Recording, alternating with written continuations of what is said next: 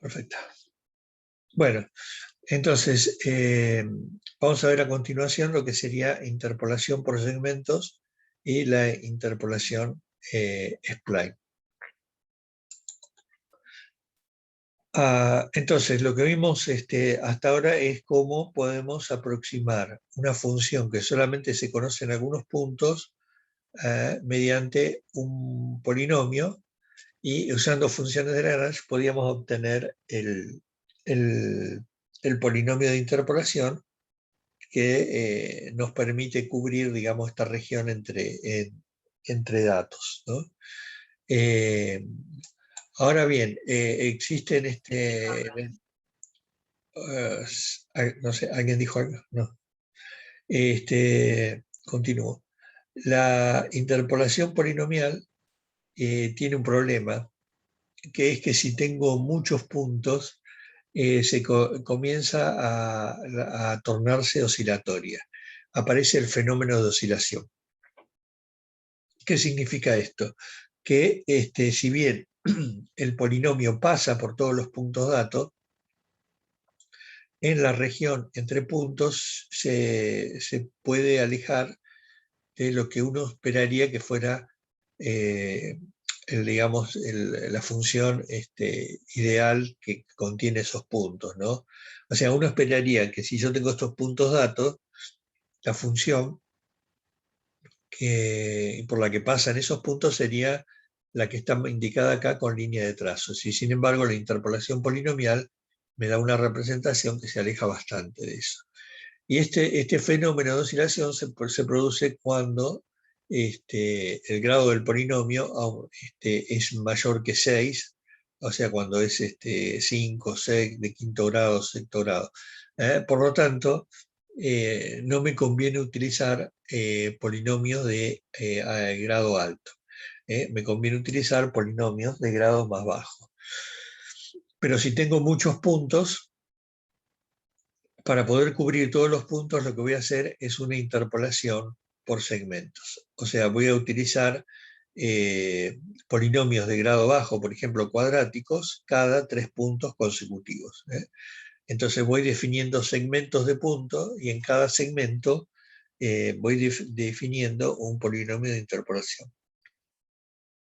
Con esto consigo evitar el fenómeno de interpolación.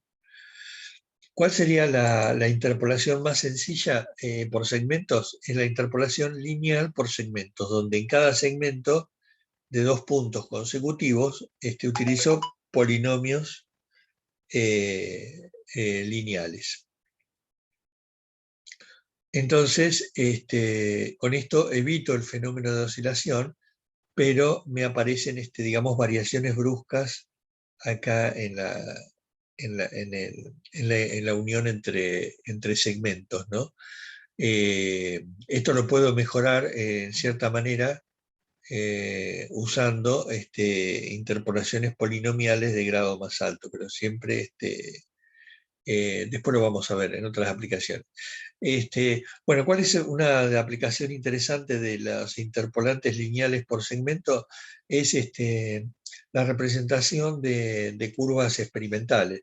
Digamos también que esta representación es la que utiliza, por ejemplo, el Octave para representar las curvas, ¿no? Cómo hace representa las curvas por puntos que los une por segmentos rectos. Pero si utilizo una gran cantidad de puntos, digamos, a la vista, parece como si fuera una curva continua suave.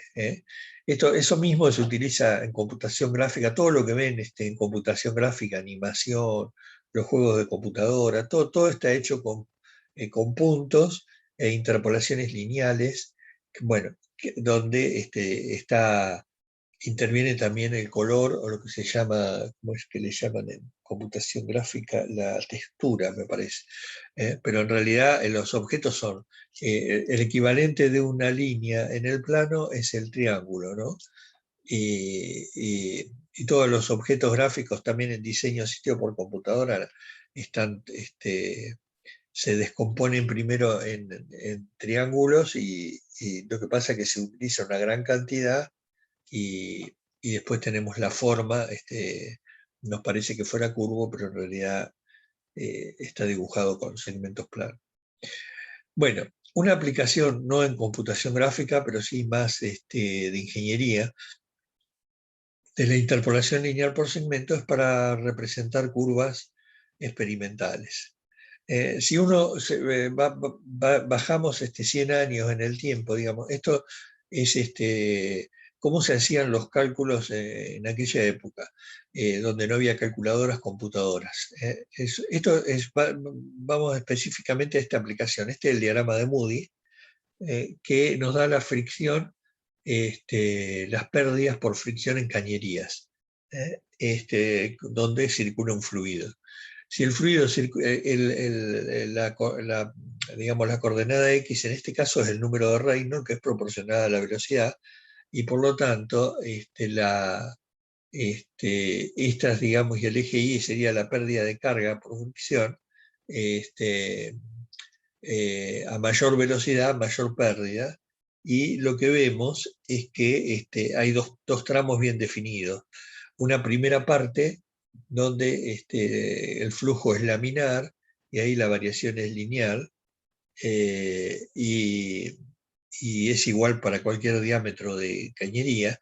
Y después, cuando el flujo se torna turbulento, que se hacen remolinos, ya empieza a haber una dependencia con el diámetro de la cañería. Cada curva de estas depende de un diámetro, y la variación deja de ser lineal y se torna curva, ¿no? Esto es muy importante porque nos sirve para dimensionar los equipos de bombeo, ¿no?, en una cañería. Porque, digamos, el tamaño del equipo, o sea, para un equipo de bombeo debemos de dos variables, caudal y presión. Entonces, la presión va a depender de las pérdidas de carga.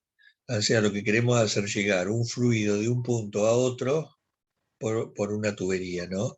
Entonces, la presión que tenemos que imponer va a depender de las pérdidas de carga. A ver, para decirlo de una manera, supongamos una cañería horizontal. Una cosa es que nosotros queremos hacer llegar agua de una punta a la otra, y otra muy diferente si fuera dulce de leche, digamos. O sea, es evidente que la presión que vamos a tener que aplicar es mucho más grande cuanto más viscoso es el fluido. Y eso está incorporado en estos gráficos, ¿no? Entonces, la presión está vinculada con el tamaño del equipo de bombeo. Entonces, las pérdidas de fricción para un determinado fluido, esto es para agua, solamente se pueden determinar de manera precisa en forma experimental. Y estos son los experimentos de Moody, ¿no?, que hizo sobre diferentes diámetros de tubería y obtuvo estas curvas. Ahora, ¿cómo hizo Moody para armar estas curvas? O sea, en realidad sacó puntos experimentales y después lo fue de una manera interpolando para obtener esta curva resultante, ¿no? Entonces, pero en los libros no ponían los puntos, ponían directamente la curva final. ¿Por qué? Porque 50 o más años atrás se trabajaba de manera gráfica.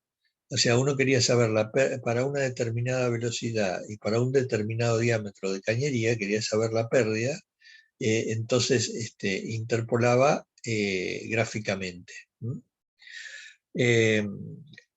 ¿Y por qué es entonces importante la interpolación lineal por segmentos? Porque si queremos digitalizar estas curvas, supónganse que ustedes le dicen, bueno, este es el diagrama de Moody, pero digo, ahora lo quiero conocer, que me lo calcule una computadora. O sea, quiero entrar a la computadora con la velocidad y el diámetro y quiero que automáticamente la computadora me diga la pérdida de carga. Entonces, lo que tenemos que hacer sería conocer la curva de manera digital. Para eso la vamos a representar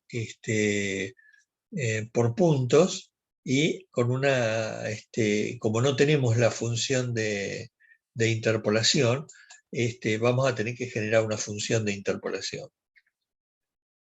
Tenemos muchas posibilidades. Podríamos usar polinomios cuadráticos, cúbicos, pero en la práctica lo que mejor funciona es una interpolación lineal por segmentos.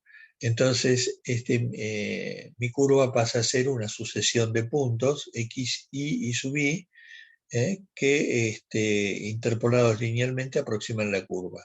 Tengo que tener la precaución de que para que la interpolación sea buena, que cuando la variación es grande, poner más puntitos en las regiones de mucha variación y después sí puedo distanciarlos más en las zonas de menor variación. Esto lo comento porque me tocó hacerlo, o sea, tuve que hacer una interpolación de unos diagramas de que tenía más de 50 años en un libro. En termodinámica es muy usual ver para propiedades de fluidos estos gráficos, y lo tuve que incorporar en un programa de computadora. Entonces reemplazaba esas curvas por puntos que los unía linealmente. Entonces, digamos que uno después tenía que calcular una determinada propiedad a una determinada velocidad. Lo primero que tenía que hacer es encontrar en qué segmento se encuentra el x para el cual quiero obtener la propiedad. Entonces voy a tener que, entre pares de x consecutivos, voy viendo hasta encontrar en qué intervalo de x cae mi x dato, y, en esa, con la expresión de la recta, en ese segmento, que es muy sencilla, o sea, a partir de las coordenadas de los puntos final e inicial, puedo determinar para ese x dato cuánto es el valor de y dato. Y eso lo generó automáticamente, y ese valor lo puede usar la computadora para controlar un proceso. Específicamente, para lo que yo lo había hecho era para controlar la, la presión de inyección de fluido en un pozo de petróleo. O sea, los pozos de petróleo funcionan como si fuera una bombilla, ¿no? O sea, el petróleo este, eh, está contenido en los poros del suelo, en capas que están muy profundas, 2000, 2500, 3000 metros de profundidad, y uno los tiene para extraer el petróleo y tiene que bombear por la tubería. Entonces, ese mecanismo de bombeo hace que se concentre todo el flujo en la parte de abajo del pozo, y ahí no solo viene petróleo, sino que se pueden acumular suciedades. Es como cuando uno toma mate y se tapa la bombilla. Entonces, en un momento hay que destapar la bombilla para que vuelva a tener capacidad de bombeo.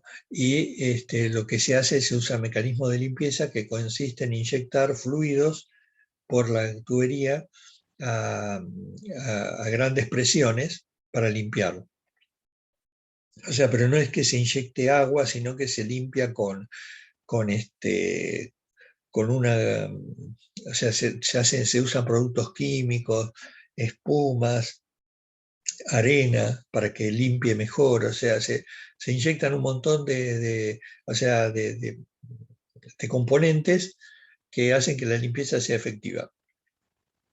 Pero hay que tener mucho cuidado en que la presión en el fondo no supere un determinado valor, porque si es muy fuerte puede quebrarla o fracturar la formación, y eso puede hacer que el petróleo se vaya por la fractura a napas de agua potable y genere un daño ecológico. Entonces es muy importante tener controlada la presión en el fondo para no producir daño. Entonces es muy complicado poner sensores de presión en el fondo del pozo, porque, digamos, están sometidos a condiciones eh, muy duras, y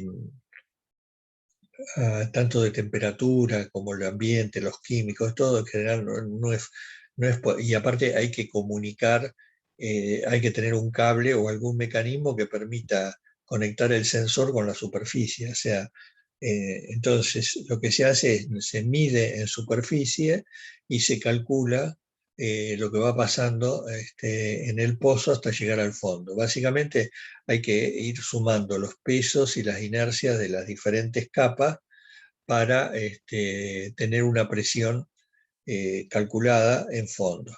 Y el operador va viendo, tiene como dos manómetros, uno de presión en superficie y el otro que sería una simulación que daría la presión en fondo.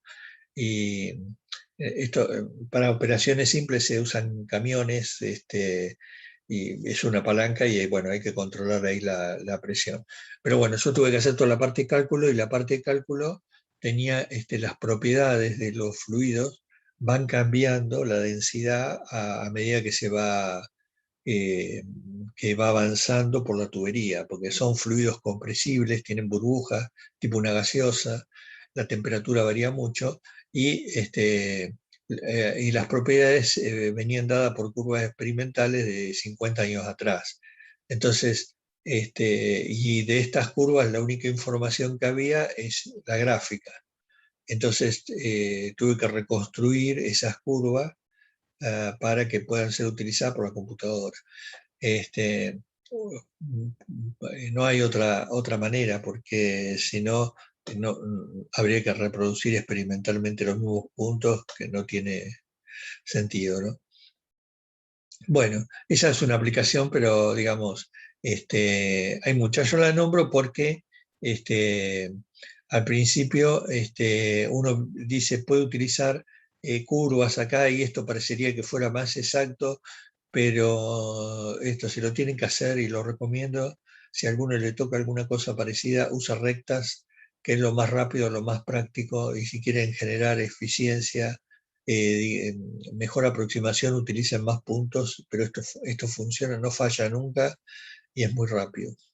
Recuerden que los cálculos que yo les estoy hablando son en tiempo real, o sea, no puede demorar minutos, tiene que ser instantáneo, ¿no? O sea, el operador tiene que ir viendo cómo sus variaciones van influyendo en la presión de fondo de manera casi automática, ¿no?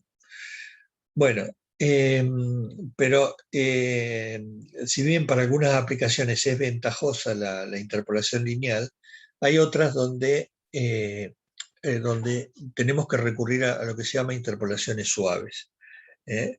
Por ejemplo, a ver, voy a tratar de, esperar un segundo, de que no se vea la parte de abajo, pero no sé cómo hacer para evitarlo. Ahí. ¿Qué es una interpolación suave? Es una interpolación por segmentos, pero donde las uniones están suavizadas. Si se acuerdan, en las interpolaciones lineales, en estos puntos aparecían como vértices y hay aplicaciones donde la unión entre segmentos tiene que ser suave, o sea que tiene que haber continuidad de la derivada y en algunos casos también de la curvatura. Por ejemplo, cuando esto representa la trayectoria de un manipulador robótico, ¿no? O sea, cuando yo tengo un equipo robótico, o sea, le tengo que indicar una trayectoria, no se la indico punto a punto por donde tiene que pasar, sino que le indico algunos puntos de pasaje obligados y que después una computadora defina los puntos restantes de la trayectoria. Entonces, esa interpolación no admite cambios bruscos de la trayectoria, porque en un cambio brusco hay una variación brusca de dirección y se producen fuerzas inerciales que pueden romper la herramienta. Por ejemplo, ¿se acuerdan? Si yo me muevo en una trayectoria curva, física 1, tengo una aceleración tangencial y una aceleración normal, donde la aceleración normal no depende de la velocidad, sino del cambio de dirección. La aceleración normal era velocidad al cuadrado sobre el radio de curvatura. Y cuando más pequeño es el radio de curvatura, o sea, la curva más pronunciada es más grande, es esa aceleración normal. ¿eh? La aceleración normal se ve cuando uno va en una carretera y cuando está atravesando una curva, siente una fuerza que lo tiende a hacer salir de la curva hacia la parte externa de la curva. Entonces, con un manipulador pasa lo mismo. Si yo lo hago girar bruscamente, se generan fuerzas inerciales que pueden romper. Entonces, la trayectoria que se genera tiene que ser necesariamente suave. Y tiene bueno, entonces ya no, no es válida la interpolación lineal y lo que se busca es una interpolación que también es, ahora vamos a ver, polinomial, pero al tener estas condiciones de continuidad, el resultado final que se consigue es como que fuera una única curva que va pasando por esos puntos. ¿eh? Y lo primero que se usó para generar estas aplicaciones, perdón, estas curvas, estas interpolaciones suaves fueron los spline. Entonces, ¿qué es Bueno, acá esto lo traigo a colación porque son aplicaciones de curvas del 1700, ¿no? Este es el casco de un barco y el diseño del casco tiene forma curva.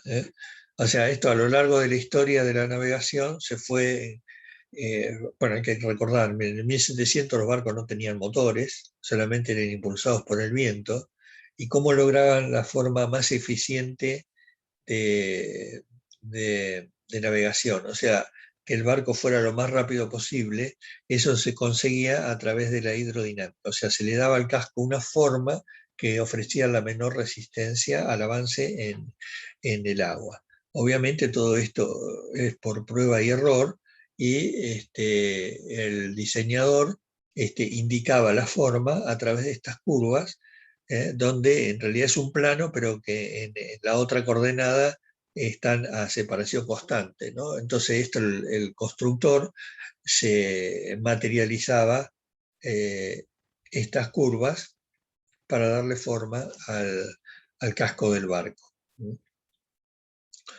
Bueno, entonces esto tiene dos pasos. Uno, el diseño, que sería el dibujo, y para dibujar esas curvas se utilizaban estos instrumentos que se conocen como spline de dibujo. De acá viene el nombre spline, ¿no? Spline en inglés, ¿no? Se le decía spline. Entonces, un spline de dibujo es un instrumento flexible que se lo hacía pasar por algunos puntos, ven los clavitos estos, y después el dibujante le daba, como era flexible, una vez que tenía la forma ya podía trazar la curva acá con un lápiz o una punta de dibujo con tinta, ¿no? Y la dibujaba y la dejaba plasmada la forma en el plano. Bueno, esto fue evolucionando con el tiempo, o sea, los primeros eran de madera, ven acá tenemos el diseño del casco de un barco, donde es un spline de madera fijado con estas piezas en forma de ballenitas serían, que si uno las mira de costado se aplican así, y entonces una vez que uno tiene la forma definida, directamente la dibuja. Fíjense que estas curvas no siguen una ecuación matemática, son curvas de forma libre, ¿no?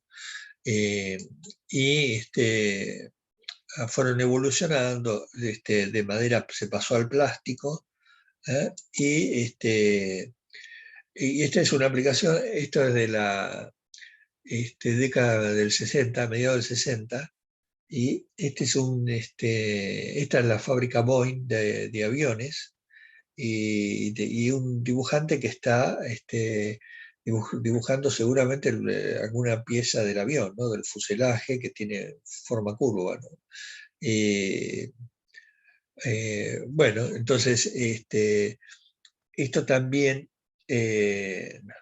primero que no es muy cómodo, ¿no? Pero esto, digamos, sirvió de inspiración para decir, bueno, ¿cómo voy a a dibujar esto por computadora, ¿no?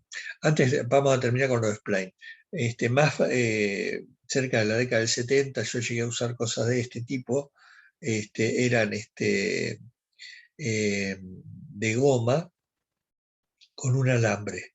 Entonces no hacía falta poner esos pescaditos para que quede fija, sino que uno le daba la forma y quedaba fijo.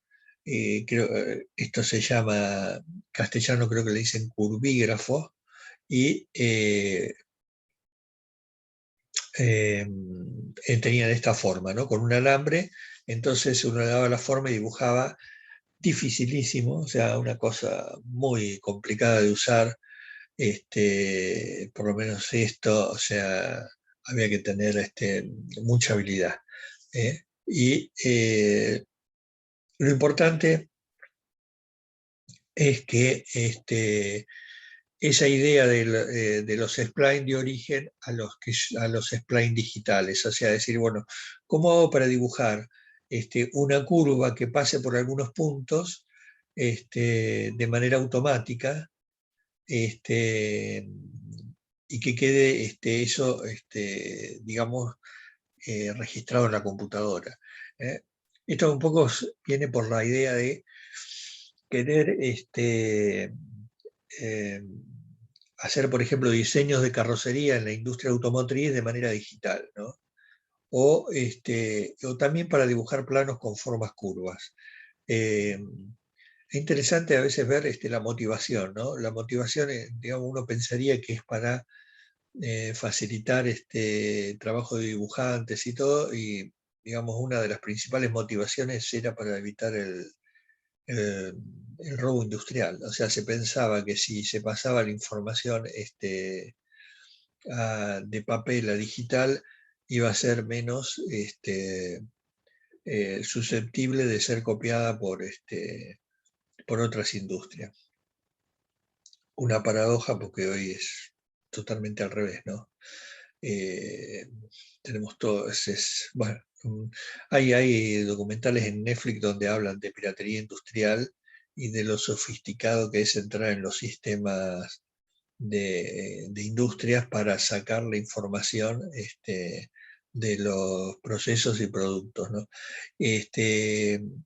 Pero sigamos con esto. Entonces, la idea es poder generar una curva de manera automática a partir de la información de los puntos datos donde tiene que pasar la curva.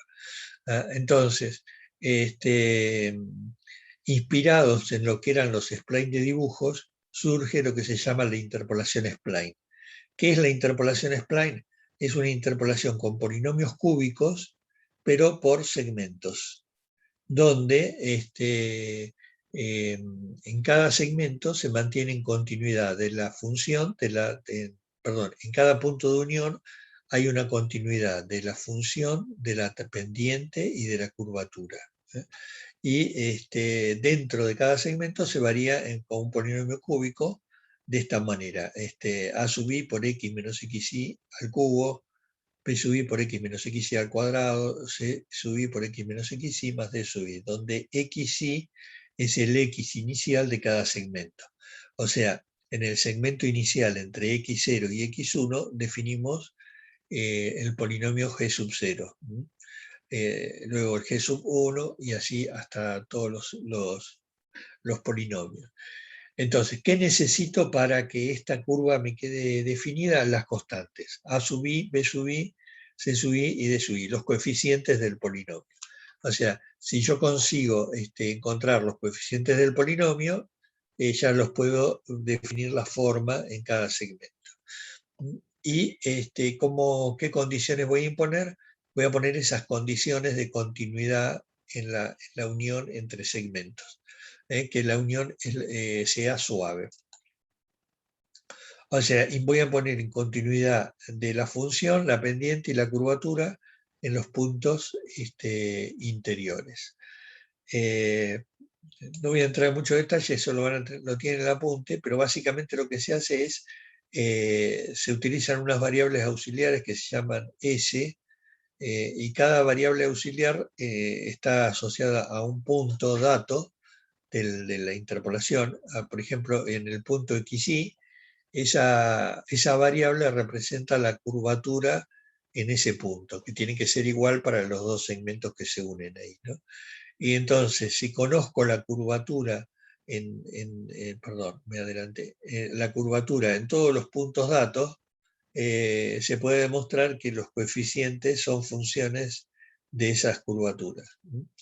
Entonces, el primer paso es encontrar estas variables auxiliares SI.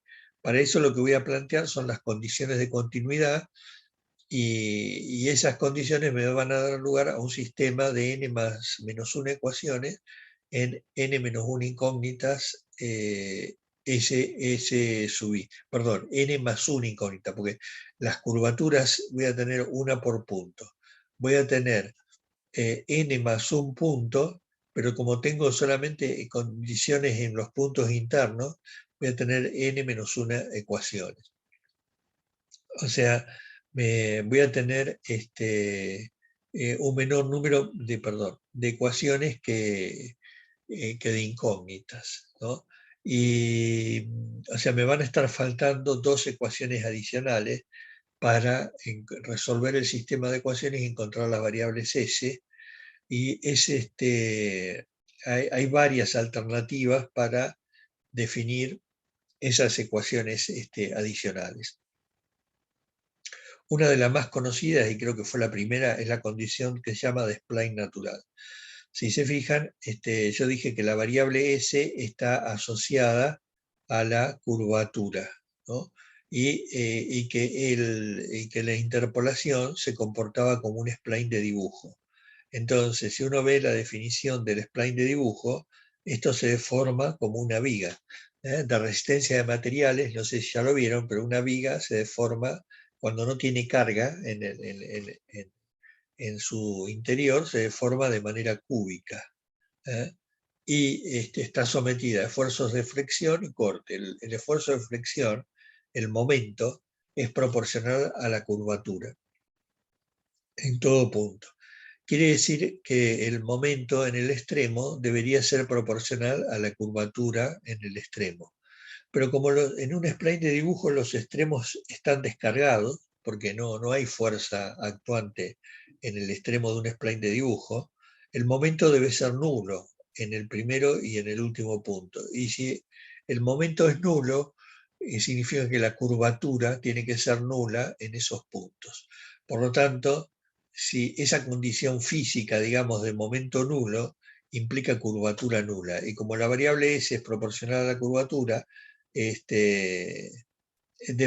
la condición de spline natural es que se llama así, es hacer cero la variable S en esos puntos. De ahí viene la palabra natural. ¿Por qué? Porque es como naturalmente se comporta un spline de dibujo. O sea, en los extremos la variable S o curvatura es nula. De esa manera tengo con estas ecuaciones la misma cantidad de ecuaciones que de incógnita y encuentro todas las variables S. Digamos que no son las únicas formas de definir estas variables. Digamos, en la literatura de computación existen otras maneras alternativas para definirlas, pero digamos, esta parece la más racional, por decirlo de alguna manera, ¿no? Porque tiene una justificación física. La cuestión que una vez que yo encontré, vuelvo un poquito para atrás, que encuentro las variables S, voy a encontrar los valores de los coeficientes A, B, C y D de cada tramo. Y entonces voy a poder graficar cada tramo de manera individual. Entonces, si una vez que yo dibuje todos los tramos, por ejemplo, volviendo al ejemplo anterior, se obtiene esta interpolación. Fíjense, la que está en línea delgada era la interpolación lagrangiana, que oscilaba al pasar por estos puntos, y lo que tenemos en trazo grueso es una interpolación por segmentos cúbica spline, que fíjense que natural, no, digamos, de manera, se aproxima mucho mejor a donde uno esperaría que estuviera la función que corresponde a estos puntos datos. Entonces, para estos, en estos casos donde hay muchos puntos o no demasiados, conviene usar interpolación spline. Bueno, y esto es lo que vamos a ver con los ejercicios, ¿no? O sea, cómo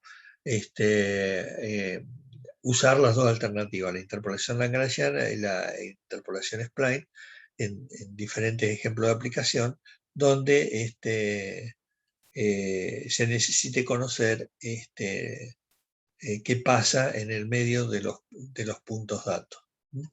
O sea, vamos a tener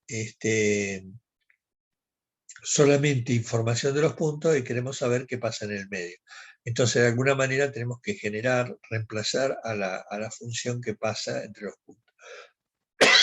Bueno, vamos a pasar a la siguiente etapa. Dejo de grabar acá.